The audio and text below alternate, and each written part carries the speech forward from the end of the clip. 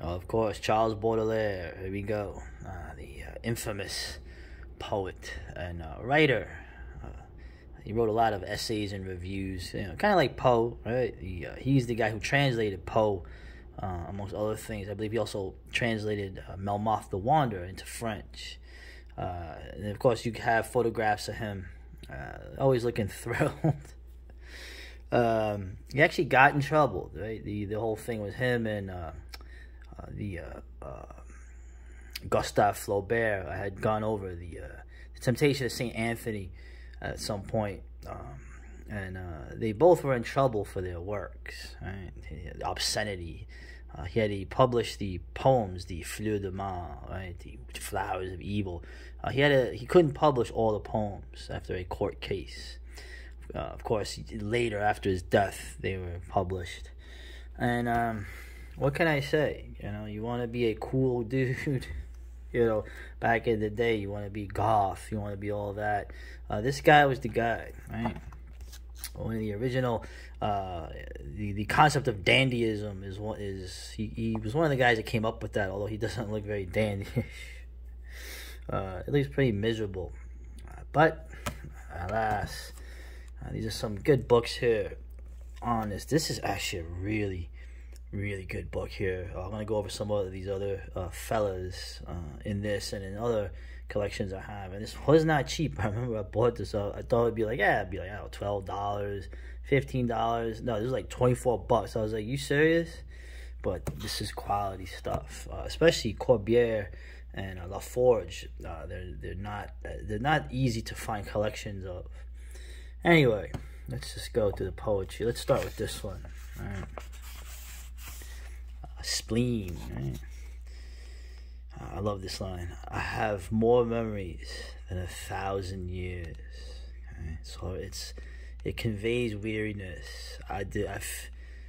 I feel like I'm almost 130 years old. I don't know how to explain that to anybody. Anyway, enough.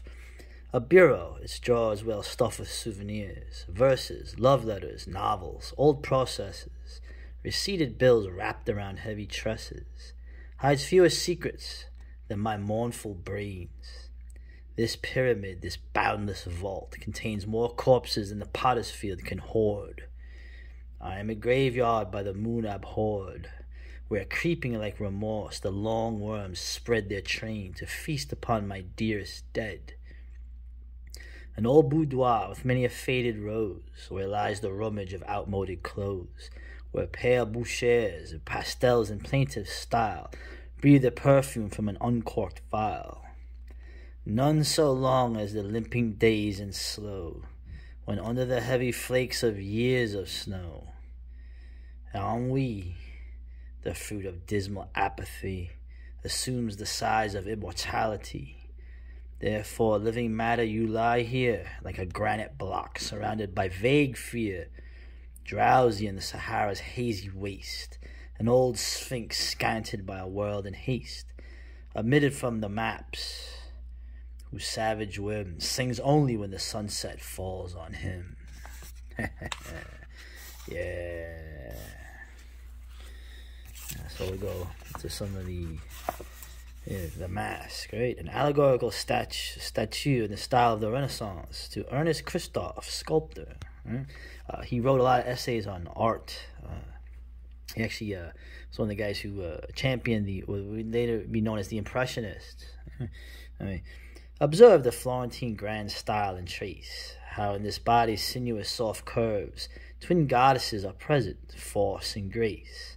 Truly she is miraculous, deserves in her delicious strength and suppleness to be enthroned on some most sumptuous bed, and charm a king or pontiff's idleness. Observe again where self-conceit is led, to steal enjoyment from this tempting smile, this languid, sinister, and mocking air, this coy regard concealed beneath the veil, in which her victorious lineaments declare, I am called pleasure, and am crowned by love. What thrilling charm informs her majesty? This moving gentleness goes far to prove. Let us go near and walk around her beauty. Oh, blasphemy of art! Oh, fatal shock! The divine body, which appeared to ask, us to our pleasure has two heads that mock. No, These exquisite features are a mask, mere debased ornament with fine grimace. Behind atrociously contorted is the veritable head, the sincere face. Turn to the shadow of this face which lies. Poor perfect beauty, a grand river breaks as your tears fall into my anxious soul. I am drunk with your lie.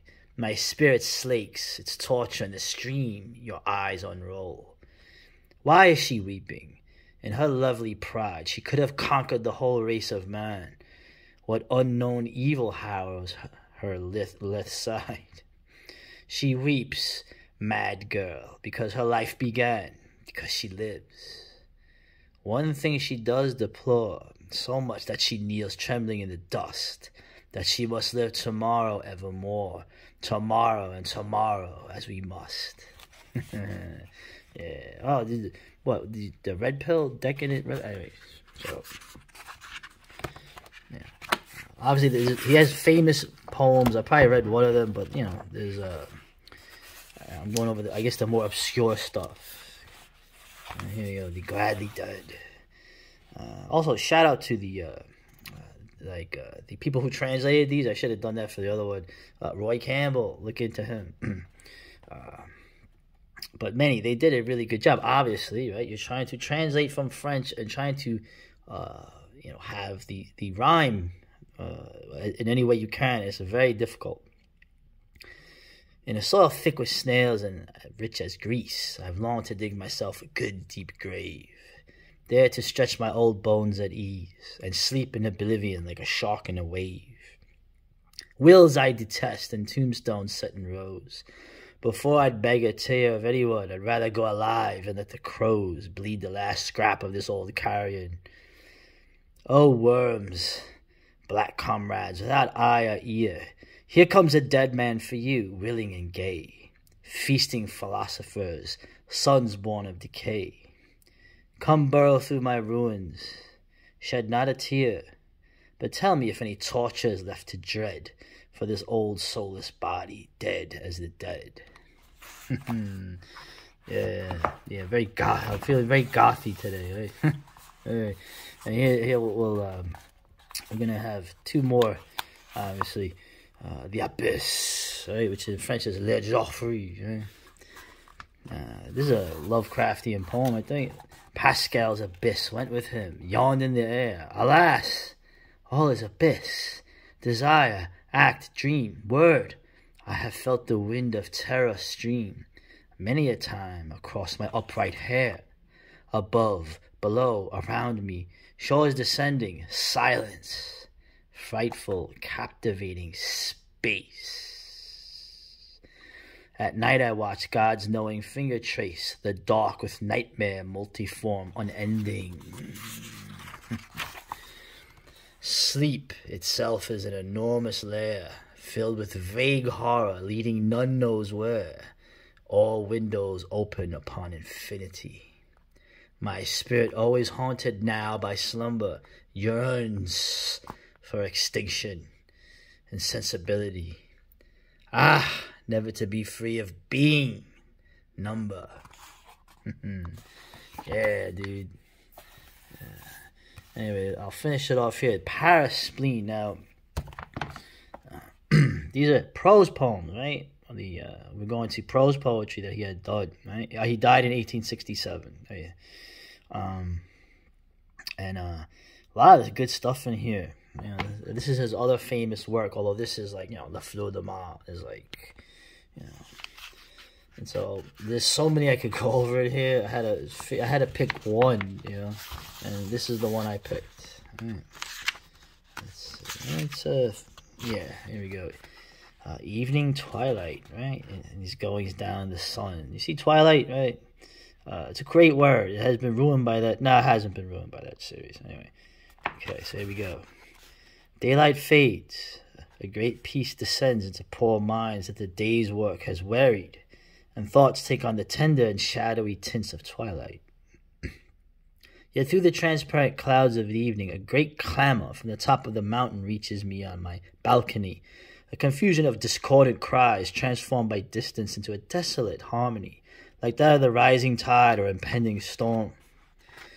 Who are these helpless ones to whom evening brings no solace, to whom, like the owls, the approach of night is the signal for a witch's Sabbath? This sinister ululation comes to me from the black madhouse perched on the mountain.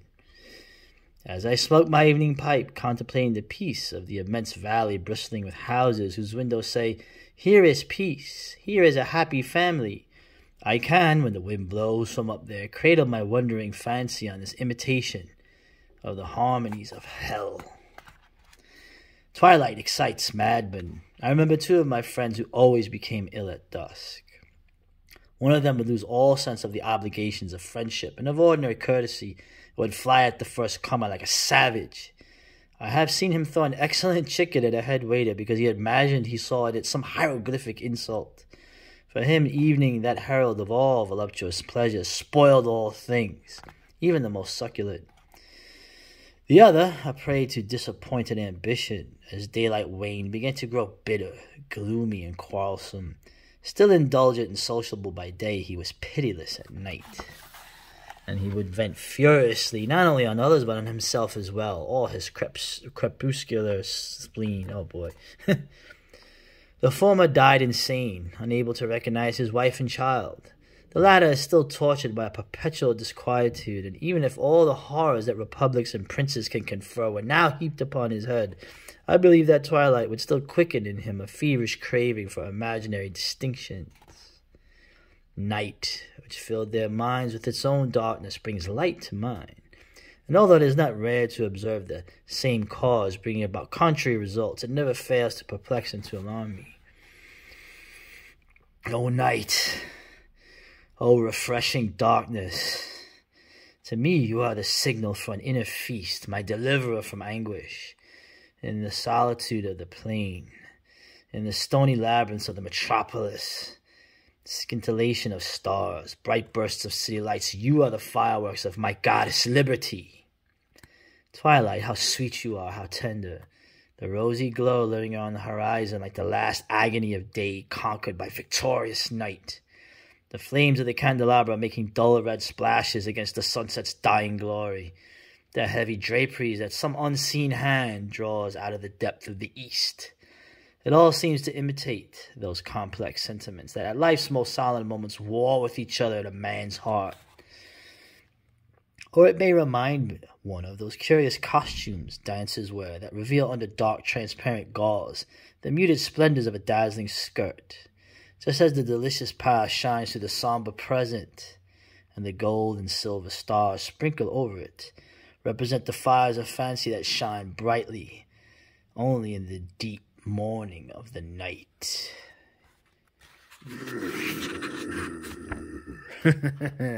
Man, reading that, I tell you, it's not poetry is not a joke when it really starts touching you in ways that you cannot measure, you can't commodify, or you can't even rationally put into any kind of like I said, measurement or explanation.